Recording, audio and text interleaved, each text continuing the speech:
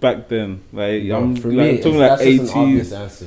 80s, but then like it's a different form of R&B. Like we can't dismiss. Like I think a lot of people dismiss now. Like they kind of have this argument back and forth of which R&B is better, but they're technically two different genres. Yeah, it's really not the same anymore. Yeah, it's really two not the different same. genres. Like back then, when a man is in the rain crying, my days. do you get what I'm saying? That's when guys were putting their emotions into music. nuts. Oh, this guy, you know.